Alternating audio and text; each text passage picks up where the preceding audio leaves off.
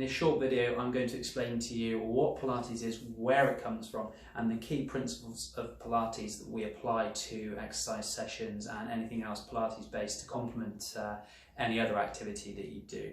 So the first thing I'm going to tell you is where Pilates came from. So a lot of people do bundle it in with yoga, but they're extremely different in origin.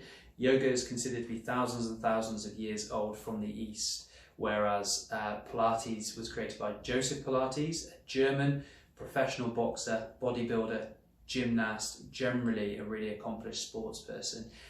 Joseph believed in rebalancing, realigning the body to achieve our best possible well-being and also improve any other performance in sports as well. So it's a very, very good complementary exercise methodology for everything else, any other activity, sports that you might do, as well as staying well and maintaining a good, well-balanced, well-functioning body. The exercises themselves are slow, controlled exercises.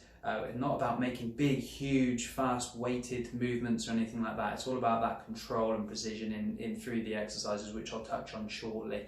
You have complete control of how hard you push yourself, how far you go, your range of motion, which means it's great if you are working around an injury or trying to recover from an injury.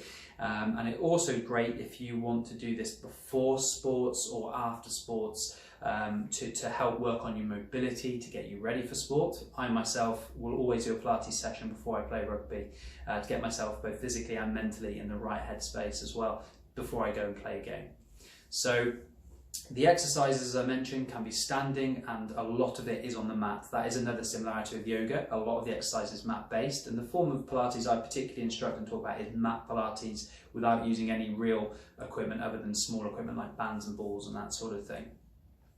So the principles of Pilates, the first one I want to talk about is concentration. So whilst we're performing Pilates exercises, we must maintain concentration on the body. It's very easy to do because you'll be taking instruction and just focusing on how your body's moving, how it feels, and checking that you're doing this correctly. So concentration will happen automatically, but it is crucial to Pilates practice. So you'll be focused inwardly for 45 minutes or an hour. So not only do you get the physical benefit here from connecting the mind to the body, but you'll also find it really helps with stress management and getting you in the right mental headspace, which, as I say, I really benefited from rugby.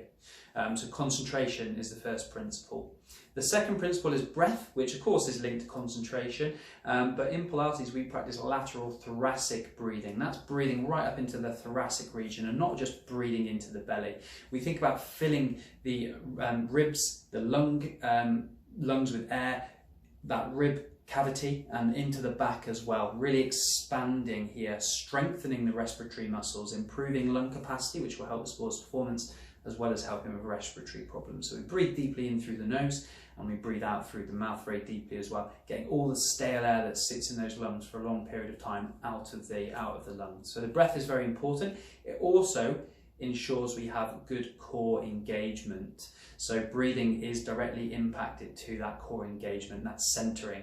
And centering is the third principle that I want to talk to you about. This is where we focus on our centers, our powerhouse, our abdominals, and our backs. The core also does, of course, include glutes and hips and things like that, all which play a huge part in Pilates. But when we do talk about core engagement, we're typically talking about the TVA, transversus abdominis muscle, which comes right around the middle from back to front. We include the obliques as well. We're not talking about those six-pack muscles there, the rectus abdominis, important muscles, but not nearly as important as these deep abdominal postural muscles that we're talking about. Also the pelvic floor. We need to engage the pelvic floor as well, which is an important part of the core. It forms the bottom of the core. You've got the diaphragm at the top and the pelvic floor down underneath that pelvis. We've all got one, and it's very important we strengthen them to help support the spine.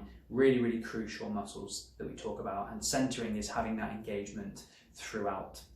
The fourth principle I want to talk about is precision or quality.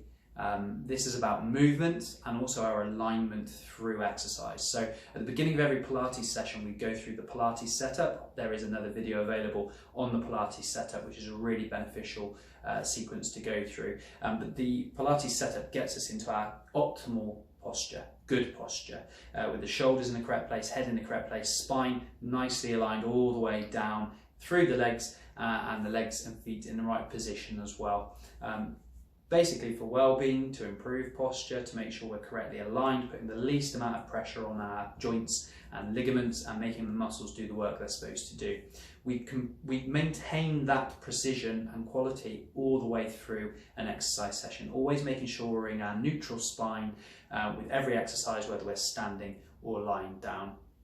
So that's the precision and quality. The next principle to discuss is control. So every exercise that we do, we need to have complete control over what we're doing. This is going to avoid injuries. This is going to help balance the body, make sure we've got the same workload on both sides of the body so that we can balance out any imbalances and therefore have better well-being, better sports performance and avoid injuries. That control is crucial. We're not making huge fast movements as I mentioned earlier on. It's all about that very precise, controlled movement.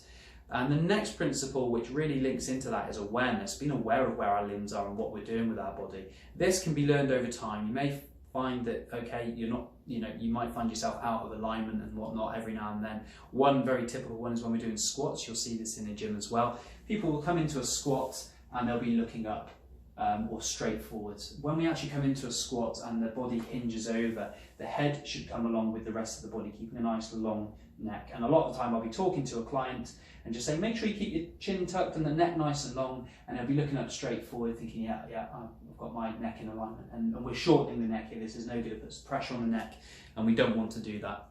So it's just that awareness, which does come very quickly over some time and some repetition. And that takes me to the last one, the last principle, which is stamina. So stamina really refers to repetitions and frequency. So we regularly practice, which is our frequency, and we do some repetitions of these exercises, which does make it a little uncomfortable, a little hard work, making certain very focused parts of the body work really, really hard with control as well.